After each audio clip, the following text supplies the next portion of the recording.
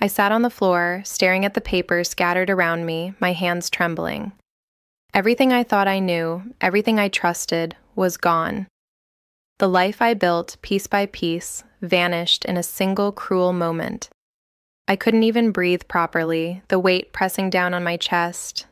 How could someone so close do this? How could I have been so blind?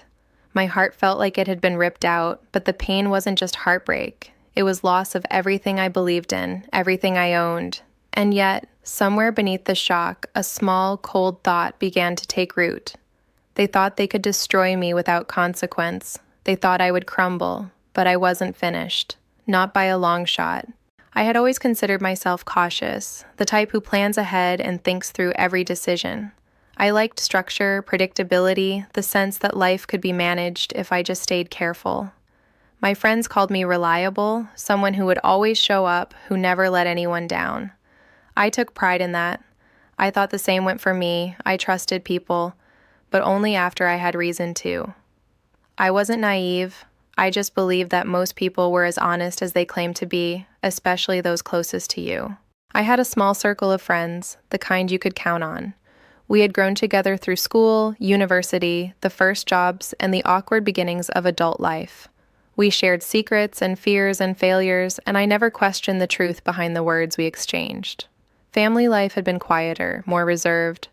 My parents had always emphasized independence over sentimentality. I absorbed that lesson without realizing how deeply it shaped my expectations. Keep your heart measured, your trust earned. Romantically, I had been careful too. I had been in relationships before, some short, some longer, and each had taught me lessons I tucked into my chest like valuables. When I met him, everything felt familiar, but different. He had the kind of quiet charm that didn't scream for attention, the sort that crept under your skin slowly until you didn't notice how much space it had taken. I thought I had my boundaries set, my doubts lined up and ready, but he eroded them without force, without drama. I was happy, or so I thought. We were building a life together that felt ordinary and safe in all the right ways. Sunday mornings with coffee in hand, quiet walks in the park, shared plans for the future. I trusted him with everything I had, my time, my energy, my confidence. I believed that trust was reciprocal, that someone who loved you wouldn't chip away at the foundation you laid together. Looking back, the early signs were there. They were subtle, almost imperceptible. A dismissed comment here, a delayed reply there.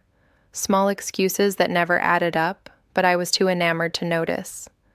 Sometimes, when he laughed at something I couldn't see, I felt a flicker of unease, but I convinced myself I was imagining things. I wanted to believe in the best version of him, the one who had been patient, supportive, and thoughtful from the start. I told myself that's what love required: trust, patience, forgiveness. It was the little things that should have warned me, how he would sometimes become defensive about minor details, insisting I misremembered conversations, how certain documents, bills, letters, official forms suddenly disappeared or got lost in the shuffle, how he refused to talk about specific financial matters, claiming I wouldn't understand the complexity of it all. I didn't press too hard. I thought it was just his way of protecting me from stress, from the burden of adult responsibility. I wasn't naive, but I was blinded by the rhythm of our life together, the ordinary moments, the laughter, the shared dinners, the way he remembered exactly how I like my coffee, felt real. And they were real in their own way, but not the whole truth. I thought love meant seeing someone clearly, trusting them to carry weight alongside you.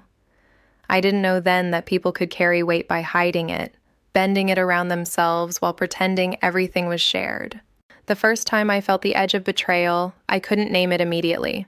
I found a letter slipped into the mailbox that wasn't meant for me, or so it seemed. It was official, crisp, stamped with an authority I recognized but had never dealt with personally. I picked it up casually, scanning the envelope, and then froze. The contents weren't meant to be mine, and yet they were mine to discover. It referenced accounts, properties, and assets we shared, or at least I thought we shared. I don't remember shaking so badly before. My mind raced, trying to reconcile the life I thought we had with the words printed so plainly on that paper. At first, I convinced myself it was a mistake. Administrative errors happen. Maybe it was addressed incorrectly. Maybe he had signed something without thinking, some mundane paperwork I would sort out later. But when I asked him, when I tried to speak with him about it, he became impatient, even annoyed, deflecting with vague promises. "I'll explain later. It's nothing, don't worry. You'll understand when the time comes." The ease of his dismissal unsettled me. I didn't have the vocabulary then for the dread that was settling into my chest. I began noticing patterns, the small but deliberate inconsistencies. Phone calls he took in private, late nights that weren't work-related, documents that disappeared from the kitchen counter or the drawer where I had left them.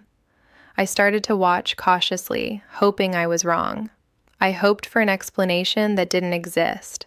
The more I observed, the more I realized the life I thought we shared was uneven, unbalanced. He held pieces of it in secret. The first undeniable proof came weeks later, though by then I had been gathering evidence in my own way. I found files I shouldn't have had access to, spreadsheets and legal documents that confirmed what I had feared. My heart sank into my stomach. The betrayal was not emotional or petty. It was calculated, deliberate, and tangible. The person I had trusted with my life, who had promised me partnership and transparency, had acted in ways that stripped me of what I had built. Financially, emotionally, personally, it was all laid bare in stark letters and numbers. I sat down with the documents in front of me, the weight pressing into my shoulders, my fingers trembling across the edges of the pages. The reality was worse than anything I could have imagined. The trust I had invested so fully, the life I had envisioned with him, it was a construct, carefully maintained until the moment it served his purpose to betray me. There was no dramatic confrontation yet, no shouting, no fight. Just the quiet, undeniable truth. Everything was gone. Or at least everything I thought was mine, everything I believed was shared, had been manipulated, diverted, and claimed in ways I couldn't have anticipated. I remember sitting there, staring at the numbers, the signatures, the dates. I felt hollowed out and sharp all at once.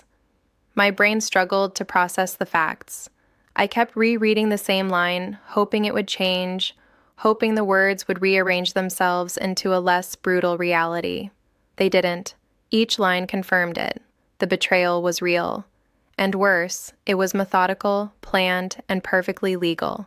There was no one to yell at, no rules broken outside of trust itself. The room felt colder suddenly. I realized I couldn't trust the world I had been living in. The small, ordinary life, the coffee mugs, the weekend plans, the soft laughter in the evenings, had been a carefully curated illusion. The betrayal wasn't dramatic or violent. It was calm, precise, and devastating in its simplicity. The person closest to me had turned the life we shared into something I no longer recognized. And yet beneath the shock, beneath the trembling and the panic, something else began to take shape. A quiet, deliberate thought that startled me by its clarity. I wasn't powerless. I could feel the beginnings of strategy forming in my mind. The same care and precision I had applied to my own life, I could apply now, methodically without emotion clouding every move. I didn't know how far it would go yet. I didn't know the details, the timing, the repercussions. I only knew the first undeniable truth. My world had been stolen from me, piece by piece, by someone I trusted more than anyone. And somewhere in that realization, a spark ignited, not anger in the explosive sense, but a calm, dangerous awareness. I closed the folder, my hands still shaking. I couldn't breathe fully yet, but I could think, I could observe, I could plan. And for the first time since I had discovered the betrayal, I felt a flicker of clarity. This wasn't the end. It was the beginning of something far more controlled, far more deliberate than the chaos of the moment suggested. I looked around the apartment, at the remnants of the life I had believed in. It all seemed fragile now, delicate, manipulable.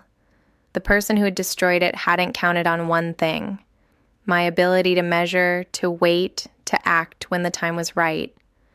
The documents lay before me, the proof of the betrayal stark and unyielding. And yet, even in that moment of devastation, I realized the power hadn't fully shifted. Not yet. I wanted to scream, to collapse, to cry until I couldn't feel anything at all. But instead, I felt the first cool trace of something else. Calculation, patience, the faintest outline of revenge that would not be loud, would not be visible, but would be precise and inevitable. And then, as if on cue, a final document slipped from the folder, the last confirmation I didn't want to see. My chest tightened, my stomach lurched, and I realized I was standing at the edge of a world I no longer recognized. Everything was gone, and yet everything had changed. It was in that silence, in the weight of the revelation, that the reality hit me fully. The betrayal wasn't over, it had only just begun to be exposed. I spent the next few days moving through a fog.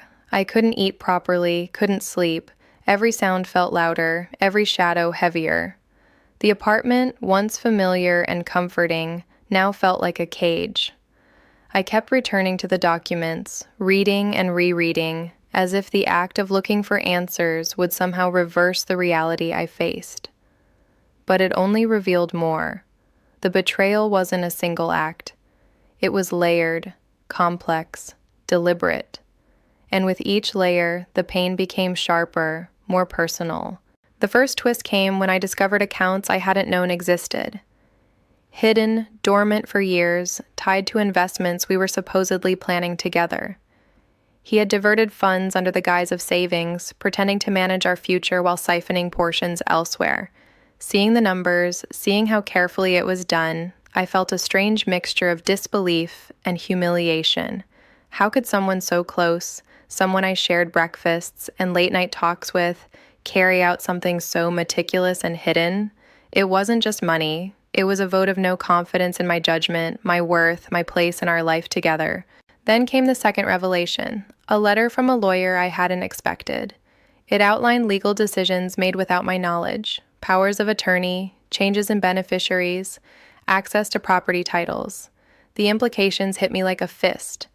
My name was on things, but only in appearance. The control I believed I had, the rights I thought were mutual, were illusions. Every contract I signed, every joint decision we made, had quietly been manipulated to favor him. I felt dizzy and nauseous. I had been blind in the worst possible way. Confusion and guilt gnawed at me. Had I missed all the warning signs?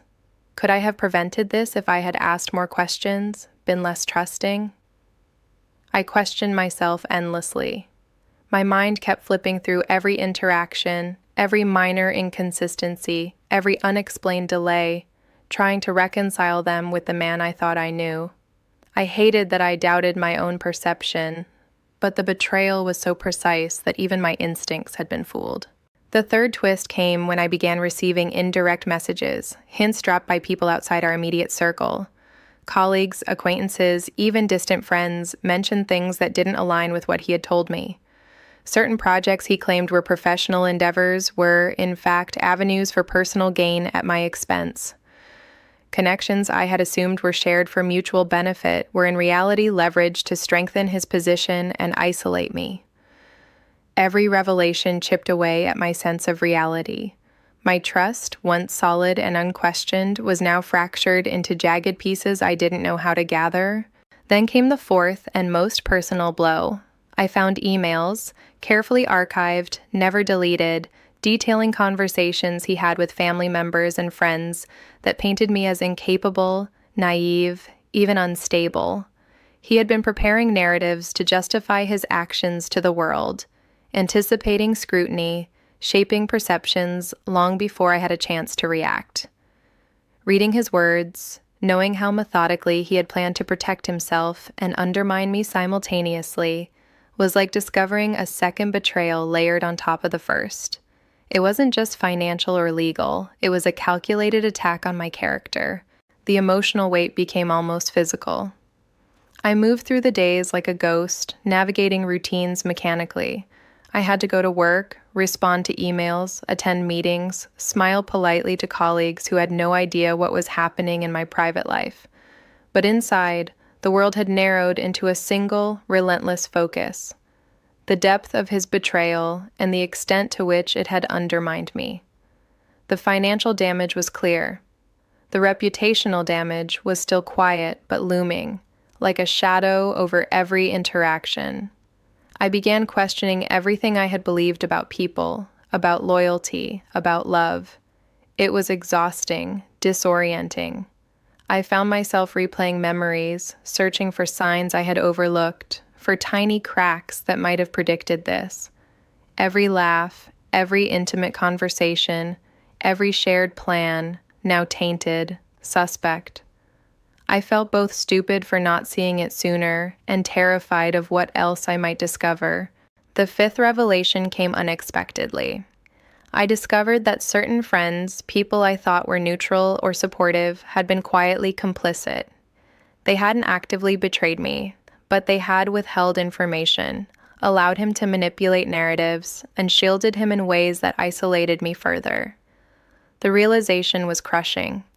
Not only had someone I trusted so deeply betrayed me, but the network around him had enabled it.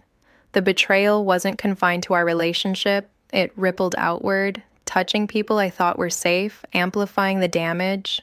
By the end of that week, I felt hollowed out in ways I couldn't articulate.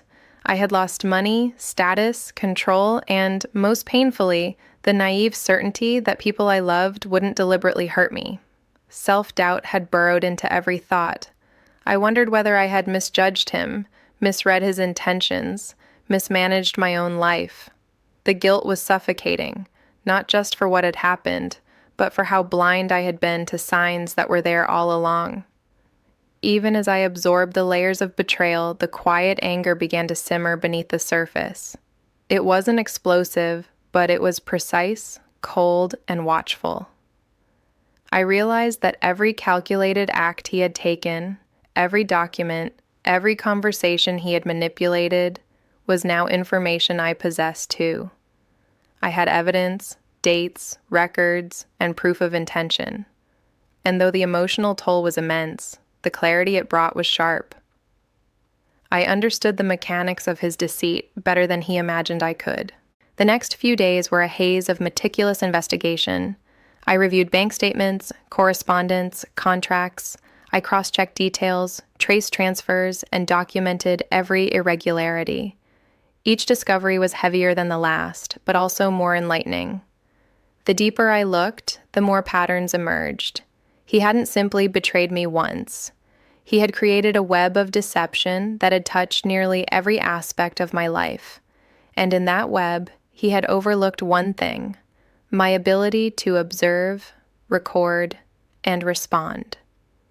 Sleep became rare. I started keeping notes, maintaining files, cataloging everything I found. My emotional exhaustion was profound, but it was paired with a growing sense of focus. I felt as if I was excavating the truth layer by layer, each revelation both a wound and a weapon. I realized that the betrayal was no longer just about what I had lost. It was about what I now knew, what I could uncover, and what could be done with that knowledge. Even as I cataloged the evidence, doubts still gnawed at me. Could I have done something differently? Could I have prevented this if I had been more cautious, more skeptical, more aware? But the truth was, even if I had noticed minor inconsistencies, he had planned meticulously enough that I would have struggled to stop him. The betrayal was sophisticated, legal, and intentional, a trap designed for someone exactly like me, trusting, careful, and committed. The emotional weight of each twist made me feel like I was collapsing inward. Financially, I was exposed. Legally, I was at a disadvantage. Socially, I had begun to sense the quiet whispers and subtle shifts in perception. And yet, with every new layer I uncovered, a slow, deliberate determination started to grow. The betrayal had stripped me down, but it had also left me with clarity. The world was exposed in its brutal honesty, and so was he. By the time I realized the full scope of the damage, I was sitting at the kitchen table, surrounded by files and letters, shaking, exhausted, and hollowed out. The network of deceit was vast, more intricate than I had imagined, and yet entirely visible to me now. Every document, every email, every manipulated conversation, the full picture was there. I could see how far he had gone, how methodically he had executed the betrayal, and I could see what needed to be done next. I remember looking out the window that evening, the London skyline blurred by rain, and feeling an overwhelming mixture of despair and focus. The betrayal had changed everything, yes, but it had also revealed a truth I couldn't ignore. I wasn't powerless, I wasn't naive anymore. The life I thought I had was gone, but in its place a new awareness had taken root. I could see the mechanics of deceit, the pathways of manipulation, and the tools he had used. And in that quiet, heavy moment, with my hands shaking and my chest tight, I understood the final personal layer of betrayal. He had underestimated me completely. He hadn't counted on me being capable of observation, patience, and calculation. He hadn't anticipated that I would see the web he wove and recognize the weaknesses in his design. I felt a strange mixture of fear and empowerment. Fear, because the betrayal was more profound than I could have imagined. Empowerment, because knowledge is power, and I now had more than he ever expected. The emotional fallout was immense, but it was sharpening me, carving focus out of devastation. And then, in the middle of cataloging yet another batch of correspondence, I found something I hadn't expected. A handwritten note, tucked inside a file, referencing a promise he had made to someone else, a promise that directly contradicted what he had told me for years. The realization hit me harder than anything before. This wasn't just manipulation or mismanagement. This was deliberate, secret planning for personal gain at my expense, executed with the precision of someone who had thought I would never discover it. I stared at the note, my chest tightening, my mind racing. Each layer of betrayal had been heavier, more personal, more deliberate than the last. And this one, the knowledge of a promise kept from me, crafted to benefit him alone, felt like a knife twisting. It was intimate, corrosive, and devastating. I sank into the chair, the letter trembling in my hands, and realized that nothing would ever feel the same. The life I had trusted, the person I had trusted most, had been hiding depths I never wanted to know existed. My world had fractured completely, leaving me suspended in a quiet, heavy, terrifying awareness of just how far the betrayal ran. I didn't confront him, not then, not when my hands were still shaking and my thoughts felt sharp enough to cut me open. I learned quickly that emotion was a liability. Anger made noise, grief left fingerprints. If I wanted to understand the full shape of what he had done, I had to become still. So I watched. I listened to the way he spoke, the casual confidence in his voice when he talked about our plans. I noticed how carefully he chose his words, how he avoided specifics while sounding reassuring. I began to understand that this wasn't panic on his part, it was rehearsal. He had said these things before, maybe many times, to lawyers, to advisors, to people whose opinions mattered more than mine ever had. At night, lying beside him, I stared at the ceiling and slowed my breathing, counting it out so my body wouldn't betray me. I told myself that nothing had changed, that this was still my home, my life, that I could wait. Patience had always been one of my strengths. I had just never needed it like this. During the day, I went about my routine, work, meetings, emails. I spoke when spoken to. I smiled when expected. No one noticed anything wrong. That anonymity felt like protection. It gave me space to think. I started organizing everything, not emotionally, methodically. I created timelines. I listed decisions I remembered, then compared them to documents that told a different story. I marked patterns, transfers that coincided with arguments, legal changes that followed moments when I had been distracted or overwhelmed. None of it was accidental. Seeing it laid out like that stripped the last of my doubt away. Still, I hesitated. There were moments, quiet, private ones, when the weight of it all pressed so hard against my chest that I had to sit down. I questioned my right to do anything at all. I wondered if pursuing the truth would make me into someone I didn't recognize. I had never wanted revenge. I had wanted fairness, partnership, safety, the idea of deliberately dismantling someone else's life, even someone who had dismantled mine, made me uneasy. I kept asking myself the same question: was this about punishment or about balance? The answer came slowly. I realized that staying silent forever would be its own kind of lie. That letting his version of events stand unchallenged would mean agreeing with it, and I couldn't do that, not to myself. So I chose a different path, one that didn't require shouting or destruction, one that relied on light instead of fire. I consulted professionals quietly, not dramatic meetings, not urgent calls, calm conversations. I asked questions without giving context. I listened more than I spoke. Each answer confirmed what I already suspected. What he had done was legal, but not untouchable. Legal didn't mean invisible. Legal didn't mean consequence-free. That distinction changed everything. I began to understand leverage, not the kind that threatens, but the kind that waits. Reputations built on control are fragile. They depend on silence, on assumptions, on people not looking too closely. I looked closely. I learned which narratives he had invested in, which relationships he relied on to validate his decisions. I learned where he was most careful and where he was careless because he believed no one would ever question him, especially not me.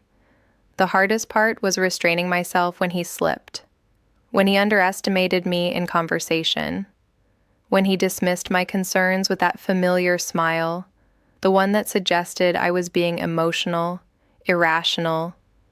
Each time, I felt the urge to reveal everything I knew, to watch his composure crack, but I didn't, because I wasn't interested in a reaction. I was interested in an outcome. There were nights when the moral conflict felt unbearable, when I wondered if waiting made me complicit, if planning meant I was becoming cold. I thought about the version of myself I had been before, open, trusting, generous with forgiveness. I didn't want to lose her entirely, so I made rules for myself.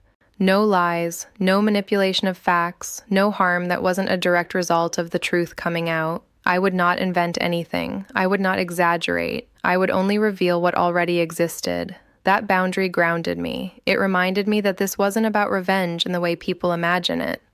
It was about correction, about restoring reality where it had been distorted. The first move wasn't dramatic, it was administrative. I reclaimed access to information I had every right to see.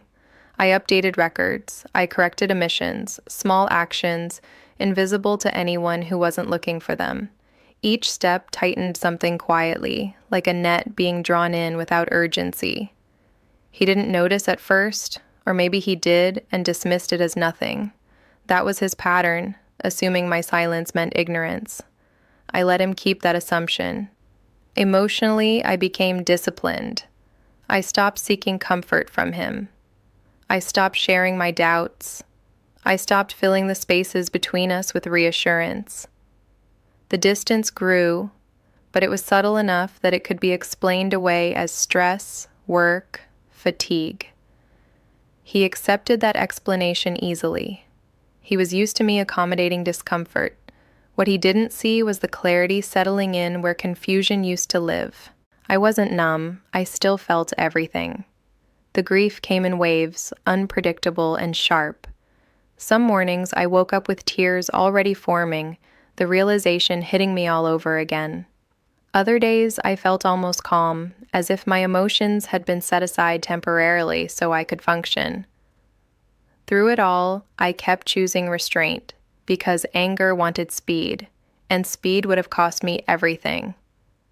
When the moment finally came to act, not to expose, not to accuse, but to set things in motion, it felt